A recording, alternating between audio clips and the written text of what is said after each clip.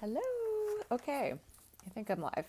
I don't expect all that many of you to be on here this evening, but I had a few spares, finished a coaching call, and I was feeling kind of inspired, so I thought I'd jump on and give you a quick training this evening. So, um, I am an obstacle course racer, and I'm all about obstacles and challenges, and I believe that the um, sport of obstacle course racing is a great metaphor for life, right? You start out, you're on this course and you're facing these things and you have no idea what you're going to face and you don't know how you're going to do it. And then you start to develop some skill to overcome these obstacles, and sometimes you're getting some help along the way, and then eventually you become proficient and you're able to do it yourself.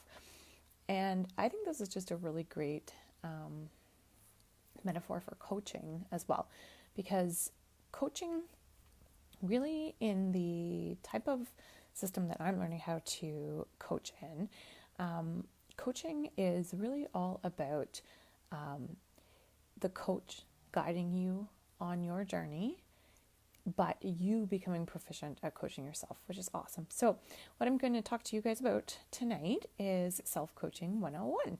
So I'm going to drop a podcast link in the comments of this video afterwards, and it's going to be Brooke Castillo actually explaining the self-coaching model in her own words. She is the woman who developed this model. It's really important to go and listen to that too. I remember the first time I listened to it. I've listened to it many times, and the first time I listened to it, I was just like, "Wow, this is really fascinating stuff."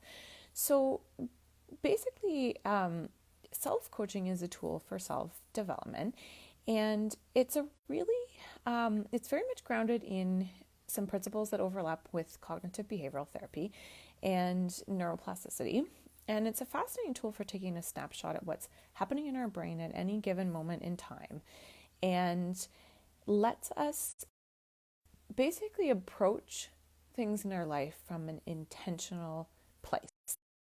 So the five basic parts of the self-coaching model are the following. So circumstances, which are things that happen to us in the world around us, things that people might say to us, anything that's happening external to us. Thoughts, which are sentences in our brain. Feelings, which are physical vibrations in our body, which are directly related to and caused by our thoughts. Actions, which are behaviors, reactions, inactions. They're directly related to our feelings. And then the final piece of the puzzle is results, which are the effects of the actions that we take. So the premise behind the self-coaching model is that our thoughts, our circumstances trigger our thoughts, which create our feelings, which create our actions, which then create our results. And our results always come back to being related to our thoughts. Here we go, doing this from home, and we've got dogs and babies. So if we want a different result from something in our life, then we have to work at the cognitive and the emotional level if we want to permanently change that behavior.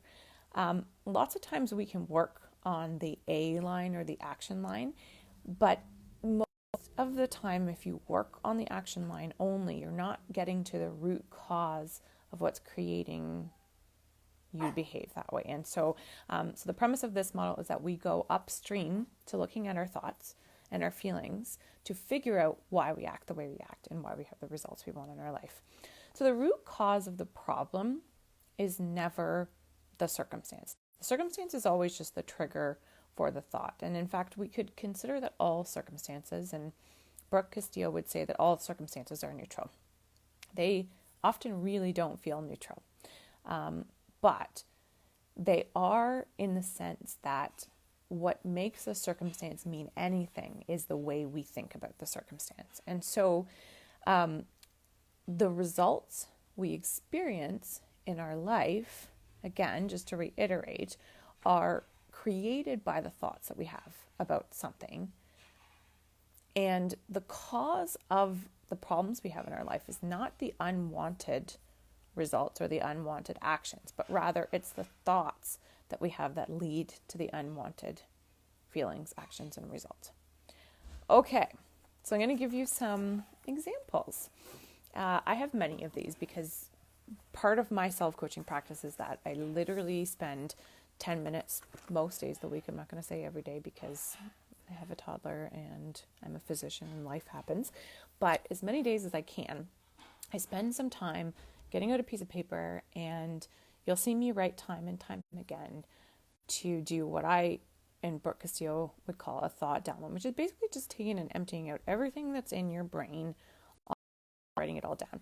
And the goal of this is just to take a look at what's happening in there, to get an idea of the lay of the land. And then when you use the self-coaching model, you just pick one particular thought, one that seems interesting from your thought download, and you plug that in to the model, and then you figure out what's going on. So I'll give you some examples from the coaching call I was just on right before I decided to jump on here and do this. So my client was talking about having a problem with the way she's been eating lately, and she really wants to eat in a different way. Her goal is to eat healthier and to feel better about what she's eating and but we had to look at where she is now and why things are happening the way they are now to figure out how to get her where she wants to go. So what we took a look at was just one particular thought that she had in a whole long list of thoughts that she had about the way she's eating right now. The one we picked out is, I don't have time to cook healthy. Lots of us have probably thought that before. So we then went and said, okay, what is the circumstance? Let's take a particular example of where this thought what has triggered this thought for you. And so she came up with an example from earlier today. She had been on a webinar, which was going to end at 1:00. And then she was doing some afternoon chores around her house, and she had to meet with me at 4:00. And so she felt like she had a really narrow period of time that she had to eat and to figure out what she was going to eat today, and that it wasn't enough time for her to cook healthy. But I asked her, I said, let's get even more specific. Like, let's really make this a fact, a neutral fact, like, that anybody would agree to be true in a court of law. And so I said, how much time do you have to get to prepare your meal and eat today, right? And so we agreed upon that it was maybe a 30-minute window of time. So circumstance, she had a webinar. It's going to end at 1:00. She had 30 minutes that she was going to prepare food and eat something, and then she was going to spend her afternoon cleaning, and she had to meet with me at 4:00. She has this thought, I don't have time to cook healthy. She told me that the way she feels when she thinks that thought is she feels disempowered. Actions she took from that place were that she had thoughts about food scarcity. She thought there's no healthy options for me to eat in this house. I don't have enough time to prepare something healthy. If I put pasta on and eat fettuccine Alfredo, I can else at the same time as it's cooking. And she ended up making the choice that while the fettuccine Alfredo was cooking, she was going to eat an ice cream sandwich. So the result for her, when I asked her, what's the result of this model? What's the result of the actions that she's taking when she comes from this disempowered place and she has this thought, I don't have time to cook healthy. The result is that she has weight gain and she feels lethargic. And she added that she's not where she wants to be. So in this situation, there are a bunch of things that she thought were the reasons why she wasn't eating healthy. She thought it was because she had to do all these tasks in the day, and she believed that all of those things meant that she didn't have time to cook healthy. But really, the real reason why she was struggling to cook healthy is because she believed that there to cook healthy. It wasn't because that it was an absolute truth that there wasn't enough time for her to cook anything healthy. So we went on to take a look at how she could look at this in a different way.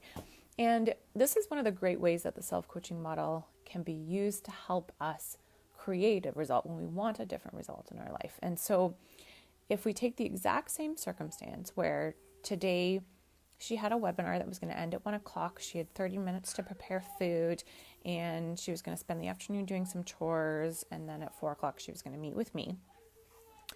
I asked her, what would you have to feel to cook yourself something fast and healthy? And she said that she would have to feel empowered and intentional about what she was doing. And so I asked her, what do you have to think to feel that way? And she came up with this thought that I'm choosing to set myself up for success.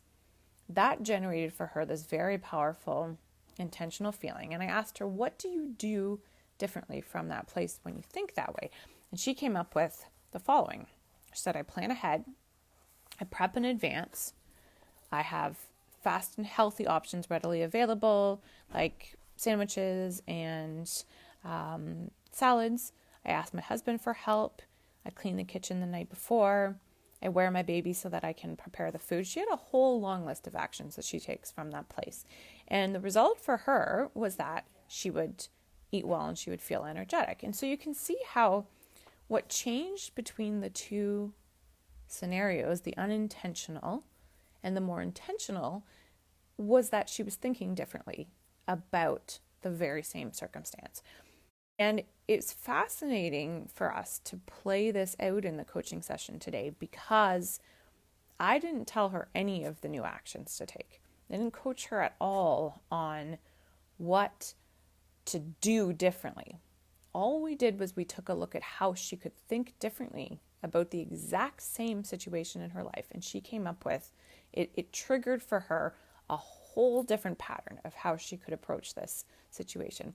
So it's fascinating how this self-coaching model, how powerful it can be when we just entertain the possibility of looking at a situation differently. And that's the beauty of this. So I hope that comes across when I contrast these two examples. I have many, many more. And so if you guys would like some more, please feel free to leave me some messages in the comments and I'm happy to post some more. Or if you are familiar with Brooke's work and you're using the self-coaching model, I'd love it for you to post one of your own models of success that you've had.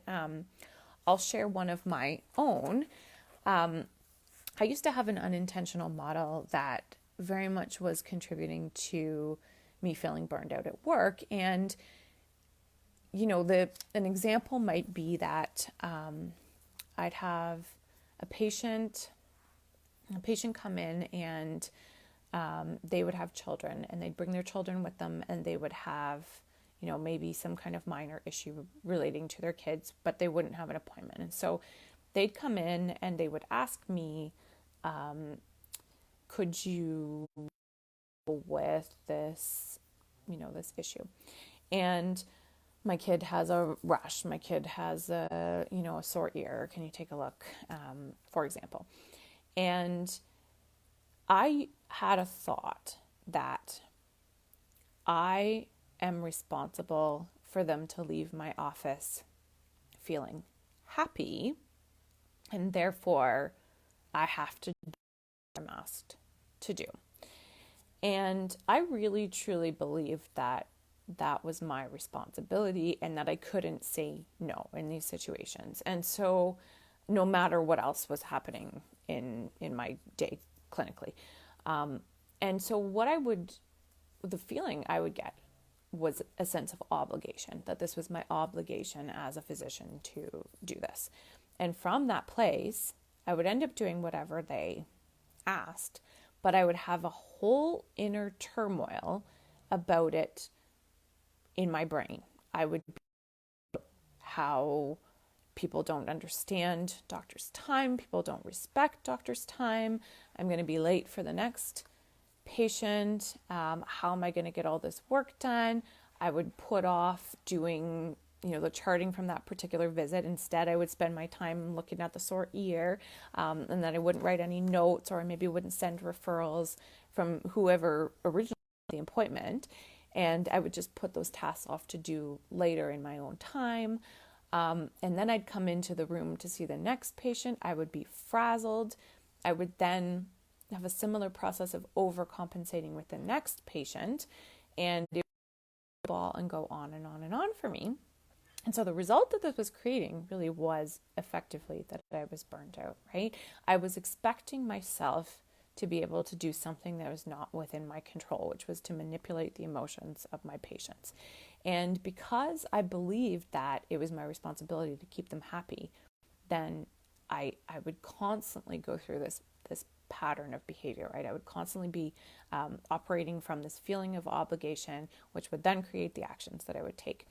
And it was a big struggle for me. So in coming to this work and realizing that the only thing that creates our emotions is the thoughts that we have, I realized that it's not possible for me to manipulate my patient's emotions by either doing something or not doing something.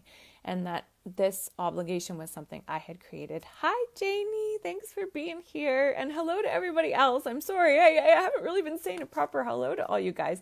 There's way more people here than I thought would be around at this time of night. So thank you to all you lovely ladies for being here. I really appreciate it. Fun to have you guys here, and I hope you're liking the trainings, and I hope you get something from them. As always, please feel free to drop me some comments if there's anything you would like a little bit of on the fly coaching on, or if there's anything that that you would really like to hear me speak on from a coaching standpoint. Coming back again to the example that I was giving. So when I started to do this work, I realized that I couldn't possibly be responsible for their emotions, that their thoughts were always going to create their emotions, and that what I had to be responsible for was my own emotions. And the only thing that was happening from this place was the result was that my patients were getting a burned out doctor. They were not getting the best version of me when I walked into that room. So what I ended up doing was establishing some boundaries. And a boundary is something that we do. It's not something that we expect somebody else to do. So boundaries are for our own benefit, where if somebody else continues to do a behavior, it's the action that we are going to take as a result of somebody else continuing to do something. And so I set a boundary that I wouldn't be going into other patients' charts when I was in the room with that one particular patient. And I came up with a system for how to deal with things. I came up with a booking system for urgent things, and I came up with how if a patient asked for something for a relative, who they could talk to so that they could message me, and I could do it during my fast and focused working time. But I stopped doing other things when I was in that particular clinical visit, and it's because I adopted the new thought that I'm here for the patient, I'm here to serve in this moment who has an appointment with me. And so by doing that, I was able to focus all of my attention on that particular patient, and I felt calm. I felt focused when I was in the room with them. I didn't feel obligated and stretched and frazzled. And from that place, I was able to follow through on the boundary, which was that if the patient asked for me to do something else for another patient, then exactly how I was going to manage the situation. I was going to redirect them to whoever they needed to be redirected to, or I would tell them we're going to have to deal with this at another time. And what happened in the end, the result that this created for me was that I didn't constantly feel like I was a hamster in the wheel running to catch up, and that I was always constantly behind, right? I felt like I was there and present in the moment for the patient. And it really did revolutionize my love and my enjoyment of medicine again. I felt like in order to, by being present with my patient during the clinical encounter and not being somewhere else thinking about something else, I was more efficient. I feel more effective as a physician. I can listen better to what my patients have to offer me, and I get the day with my work done, and I feel happy to be there again. And so in the old model, what was happening was I was burning out, and it was to quitting, right? So my patients were going to have no doctor in the end. So if nothing changed, the end result was going to be that my patients had no doctor. I was burned out. I was suicidal, right? And in the new model, they get my full attention, and they have a doctor who wants to be there, who's present. And so the boundary has enabled me. It has been for my benefit, but it's not just for my benefit, right? They do benefit as well because they're happy and healthy physicians. So it's not, it's not selfish for us to establish these boundaries and to set these practices for ourselves, even though it feels very counterintuitive to what we often believe is true in medicine, right? We often believe these things that create fear and obligation and guilt for us. And I think it's especially true for women who are physicians and moms, as we have this also as well. But most of the time when we're operating from that system, when we're thinking those kinds of thoughts, the I shoulds, the I have tos, the I musts, most of the time those thoughts create negative emotions for us, right? So they never create the actions and the results that we want. Yet we think we're and we think, and not even yet, and we think we're powerless to change them, right? And so this is the beauty of the self-coaching model, is that really it gives us the opportunity to take a step back and look at what's happening, right? Look at what's happening in our life and decide, do I want to continue operating from this system, or do I want to consider another option? So that's all I have to give you guys tonight. If you have questions, or as I mentioned before, if there's anything you want to specifically coach on, or if you want to play out a model, please let me know. Okay, take care. Have a great night. And I'm going to drop that podcast link in the comments. Take care. Bye.